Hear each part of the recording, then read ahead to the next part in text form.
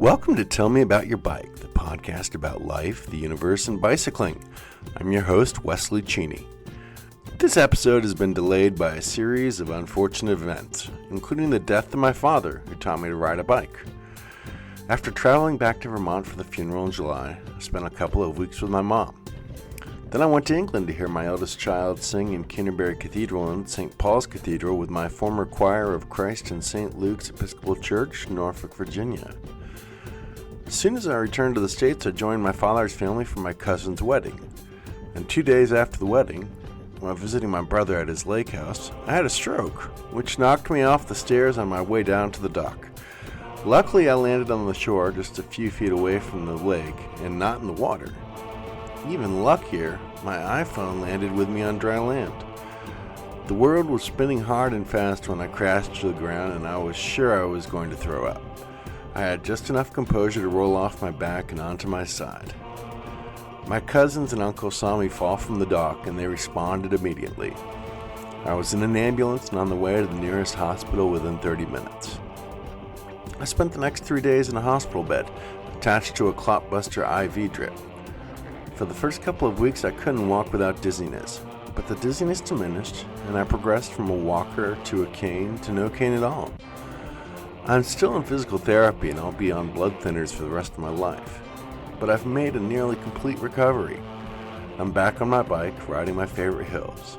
I didn't lose any dexterity or speech or memory. I'm driving and working again. I'm walking our dog 3 times a day. The only thing that triggers my vertigo is when I walk backwards with my eyes closed during PT. My stroke cemented my decision to give up mountain biking. The mountain bike trails in West Virginia are much more technical and challenging than the mountain bike trails in Tidewater, Virginia. I could easily ride 10 kilometers on the rolling, gentle, soft, and wide trails in Williamsburg and Virginia Beach without clipping out of my pedals once. In West Virginia, I'm clipping out all the time. The trails are steep and narrow and technical and rocky. My aerobic capacity isn't what it was 15 years ago when I was riding the Shenandoah 100 on a single speed. In West Virginia, I often found myself going so slow uphill that I would tip over trying to get around and over obstacles and injure myself. I was attracted to riding off-road in Eastern Virginia because the roads there were flat, boring, and filled with cars. In my new home of Charleston, West Virginia, I can find plenty of quiet, interesting roads going up the hollers and over the hills just a few miles from downtown. Riding on the road is fun again. It provides me with the rewards that I used to seek off-road. Plus, after 6 years of riding, the threadless bottom bracket on my aluminum hardtail Trek Pro Caliber mountain bike has developed a persistent, constant creak that robs me of peace, quiet, and contentment when I'm pedaling. I've tried Teflon grease and paid a professional to replace the bottom bracket, to no avail. It just creaks all the time and with every pedal stroke. The joy of riding that bike is gone. When my partner offered to buy me a new bike for my birthday last year, I chose a chromoly steel Surly disc trucker with a threaded bottom bracket. The only time I've ever had threaded bottom brackets creak is when they need to be replaced. My Surly is both retro and quiet, perfect for exploring the less traveled back roads of West Virginia. I love my new bike. But enough about me. For the next 3 years, Charleston, West Virginia is hosting the USA Cycling National Championships. Each Memorial Day weekend, the streets of my new home are taken over by the best cyclists in the country. I'm just an old, slow cyclist myself, so it's exciting to see these fit, fast, young riders sprinting down streets that are normally dominated by cars. I went out this past Memorial Day weekend to watch the elite Criteriums downtown, and I interviewed cyclists I met along the way. From a local bike advocate and city planner, to one of the elite racers who got dropped from the race, and also a toddler just learning to pedal. So listen now to another episode of Tell Me About Your Bike. Okay, and can I get your name? Yes, hi, my name is Sam Nygaard. So tell me about the bike you're riding today. Okay, what are you riding? I am riding a Salsa Journeyer. Okay. It's a bike packing bike, and I bought it specifically to bike on my first bike packing trip on the C&O Canal last October. Awesome! Did you go downhill or uphill? Ooh, I don't know. I started in D.C. And you went towards Maryland. That's the yes. harder way. Oh, because you're okay. going uphill the whole way. I did it part of a trip, and it was really fun. We stayed in the lock houses. Right. And it was really fun. Yeah. Okay. All right. Second and final question for you. If you had $1 billion, Ooh. how would you spend it on cycling infrastructure? Oh, if I had $1 billion? Yeah. Honestly, we probably need more. But specifically, I just want a safer bike community for, especially here in Charleston, whether it looks like bike lanes, but also bike safety and educating drivers, like both pedestrians, cyclists, and people to make sure that they know how to engage safely on our streets. Okay, hear me out. What if there was a pedestrian and cyclist bridge across the canal? I know. In front of the Capitol. You're not the linking first the one. Capitol to the University of Charleston. It would really be beautiful. Like if you've ever looked at other riverside cities, like Harrisburg is a capital. Yeah, Have you been on that pedestrian bridge to City Island? No. You should check out that one. I studied urban planning, so I love looking at different city infrastructure and how they're set up. And while I'm not saying no, I just think we can think even creatively, even more creative beyond a pedestrian bridge in front of the Capitol. Like it could look like a lot of different things. So, all right, thank you. Racers here to the line, and our first one of the most special out of the 2024 edition, racing in your elite criterium. He won the Stars and Stripes. He is your defending national champion, racing with Project Echelon. It's Stephen Bassett.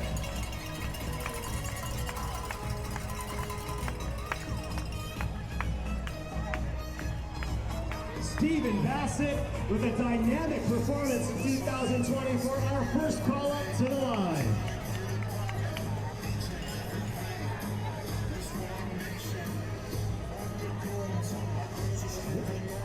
There he is, ladies and gentlemen, your defending national champion.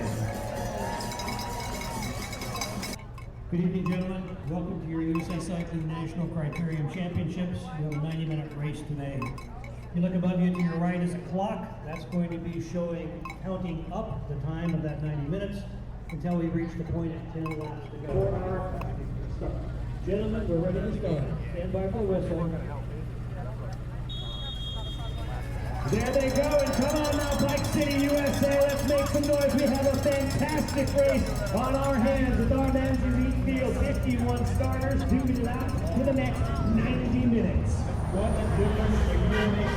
Even though we had the dead ticket, the winner last year, and the Bulls division, the racing was still extremely fast for that one team that hit the front from lap 1 and drove the front for the entirety of the race. And that was Project Echelon. Follow you, coverair.com, check them out. They are a sponsor here at the USA Cycling Events.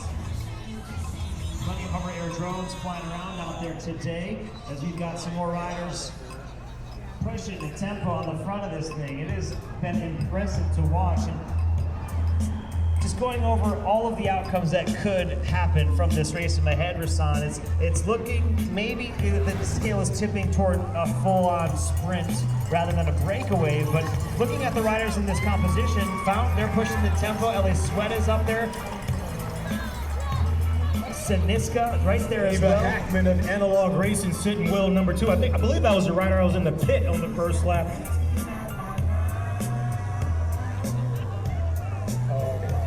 But Hackman doing a phenomenal job. I just missed her number, so thank you for bringing up Ava Hackman. I just missed her number every time that they've rolled through, but she has been in the right place at the right time for several of these moves, and you see her sitting second wheel there, doing a great job to follow, making sure that she's near the front. I have come in dead fucking last so many times. So I am. It happens, you know? Yeah.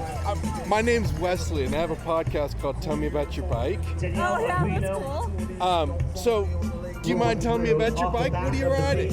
I have a Liv Langma. Okay. More opportunities, Charleston, for you to find a good spot. Say more about it. It's for the finish on the barricades right my near husband, the finish line. he really does all the mechanics. It's been an hour of bike racing, Rasan. It's been almost 1 full hour. No, actually, I wanted to ask you about your bikes. I love them. I have a podcast called Tell Me About Your Bike. And here you go. And so, I just ask people, like, tell me about your bike. What are you riding? What's your name? My name's David. That's Townie Electra. We usually ride on the Elk River Trail and Greenbrier Trail. How is the Elk? Now the Elk River is more cinder. It's not paved. Is that right? Right. Yeah. I just saw a picture of it today, and I was like, is this worth driving 40 minutes for? Is it worth driving 40 minutes for? It is. Yeah, it's a real good trail. It's a real good trail? Okay. All right. Got one more question for you. Final question. If you had $1 billion to spend on cycling infrastructure, what would you do? I would add a bicycle lane to all the roads in West Virginia I could, because we have very limited. 60. Imagine if you could ride across West Virginia on 60 with a bicycle lane in both directions the whole way. We have very limited access here. Yeah. All right. Here's my vision. What if we had a pedestrian and cyclist bridge going across the Kanawha River, connecting the capital to the University of Charleston? That'd be cool. That'd be good. Wouldn't that look good? Yeah, it would. Yeah. We need something like that. Yeah. All right. Hey, thanks for talking, man. I appreciate it. It looks like Mount Legion and CCB right now with a small gap as they approach the start-finish line. 4 laps to go. 4 laps to go. Saniska on the front. Rider number 4 just kind of paying attention to what's going on. Mountain cycling is not sitting still, and you on the sidelines, you ought to not be sitting still either. You have to be better making some noise and showing them some love each and every time that they roll through. 3 laps that they'll go through. At 0, we will figure out who our national champion will be. Will it be somebody from Fount who has been working so hard each and every lap, trying to throw a rider, trying to throw a rider, trying to throw a rider? Will it be from Saniska, who's had to recover, who's had to counter, who's had to shut down those moves, or will it be somebody in between? From maybe Legion of Los Angeles, from LA Sweat, from United Cycling to take the title. 3 laps to go. And look at that, the 2 sisters riding side by side. With 2 to go, we're that much closer to the finish. Bike City, we had to be that much louder than we were at 3. I know you're warming up the vocal cords. We are going to get louder at 2, louder at 1, and the loudest at 0 here for our bike racers who have been putting on a show for the national championship title. For 365 days, they get to wear a Stars and Stripes jersey, claiming they are the best. Not just claiming, but signifying that they have earned the right to call themselves the best Criterium cyclist in the country. 2 to go, and our field is approaching. 2 laps to go is Saniska, followed by Legion, followed by Fount, and Legion. The top teams are now on the front, lining it up. What kind of bike do you have? You have a Strider bike? Are you fast on it? Yeah? And do you have a name for your Strider bike? What's in sin? It has an effect on where you will end up. So She just learned how to pedal. As they saw 2 laps ago. And that's exciting. Yeah, no, that's the point. That is the point. We're going to get loud here, Charleston. So cool. Our lead car has made the turn. Our riders are on the approach. Let's begin to build some noise. We have some activity on the front. Let's show them some love. What's going to happen? Go Charleston. 1 lap to go. Andre Sears on the Whoa! There she goes, Allison. The pressure building. It's been an attempted breakaway all day. Rasan, you called it. You were right. It's going to be a sprint here on the line for our national championship title. Who is it going to be is the question. So Holly Breck attacked over the top, running through the pinch point. She is basically doing an all-out sprint right now with her teammate sitting 4 wheels back on her sister's wheel. So Kendall and Alexis riding 4th and 5th wheel right now. Holly Breck is still in the front. She's absolutely getting everything that she has. There's a Fount rider trying to go over the top, but the speeds are so high. As Alexis Magner comes underneath now. She is now 2nd wheel with Holly Breck riding 1st wheel. It has been pinned from the first turn onto the last lap. Come on, ladies and gentlemen, let's make some noise when we see them make the turn. There they are in the final turn. They're on the final approach here. It is a drag race to the finish for you here from the Here they come. Come on, Charleston, let's make some noise. Legion of Los Angeles on the outside. There you go for the title. Can they punch it? Can they carry it? And they can. Kendall Ryan for Legion of Los Angeles becomes her 2025 national champion in the Criterium.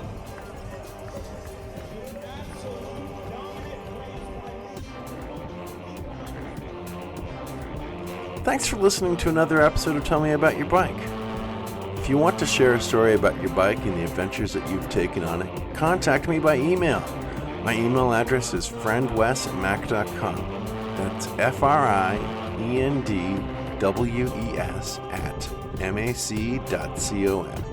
friendwes@mac.com. Please like and subscribe to Tell Me About Your Bike. If there's someone in your life who loves bikes and loves podcasts, please send them a link to this show and share it on social media. In the next episode of Tell Me About Your Bike, I'll be interviewing Ben Soley, a singer, songwriter, and cellist. He'll be telling me about the challenges and rewards of touring with a full-size cello on a cargo bike from gig to gig across America. Subscribe now so you don't miss it. Keep the rubber side down and keep rolling. Cheers, y'all. Copyright Rambling Ukulele Productions 2025. All rights reserved.